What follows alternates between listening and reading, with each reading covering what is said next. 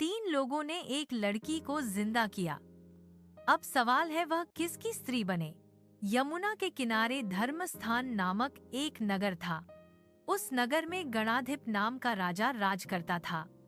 उसी में केशव नाम का एक ब्राह्मण भी रहता था। ब्राह्मण यमुना के तट पर जप तप किया करता था। उसकी एक पुत्री थी जिसका नाम मालती था।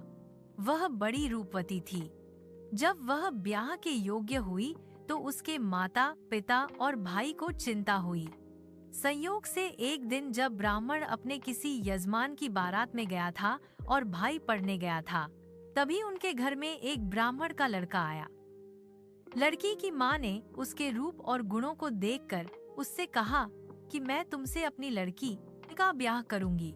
होनहार की बात कि उधर ब्राह्मण पिता को भी एक दूसरा लड़का मिल गया और उसने उस लड़के को भी यही वचन दे दिया। उधर ब्राह्मण का लड़का जहाँ पढ़ने गया था वहाँ वह एक लड़के से यही वादा कराया। कुछ समय बाद बाप बेटे घर में इकट्ठे हुए तो देखते क्या है कि वहाँ एक तीसरा लड़का और मौजूद है। 2 उनके साथ आए थे। अब क्या हो? ब्राह्मण, उसका लड़का और ब्राह्मणी बड़े सोच में पड़े।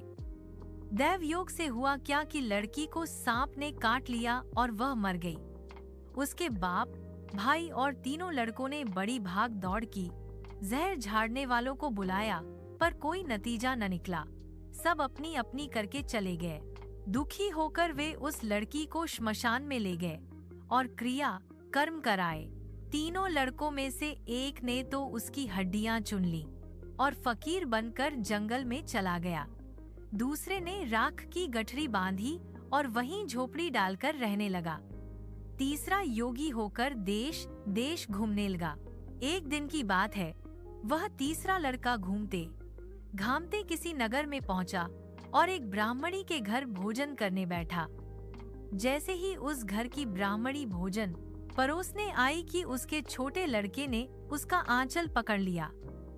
ब्राह्मणी से अपना आंचल छुड़ता नहीं था। ब्राह्मणी को बड़ा गुस्सा आया। उसने अपने लड़के को झिड़का, मारा, पीटा।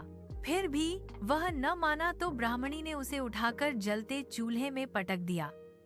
लड़का जलकर राख हो गया। ब्राह्मण बिना भोजन किए ही उठ खड़ा हुआ। घर वालों ने बहुत तेरा कहा पर वह भोजन करने के लिए राजी न हुआ।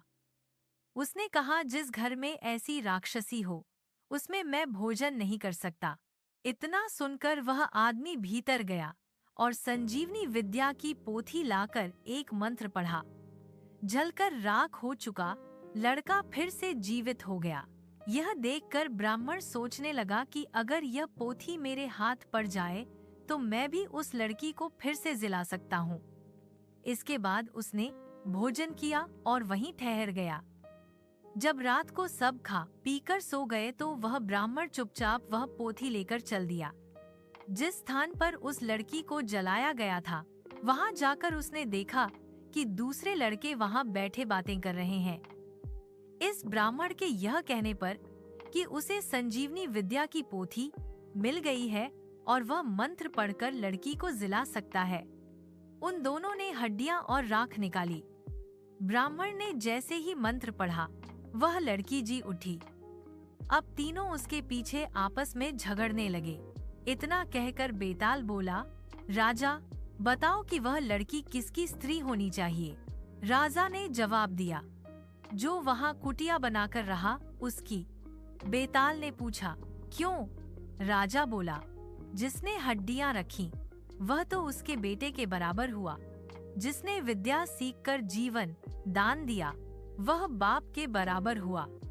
जो राख लेकर रमा रहा वही उसकी हकदार है। आपकी नजर में वह लड़की किसकी स्त्री होनी चाहिए थी? कमेंट में अपना जवाब जरूर लिखिए।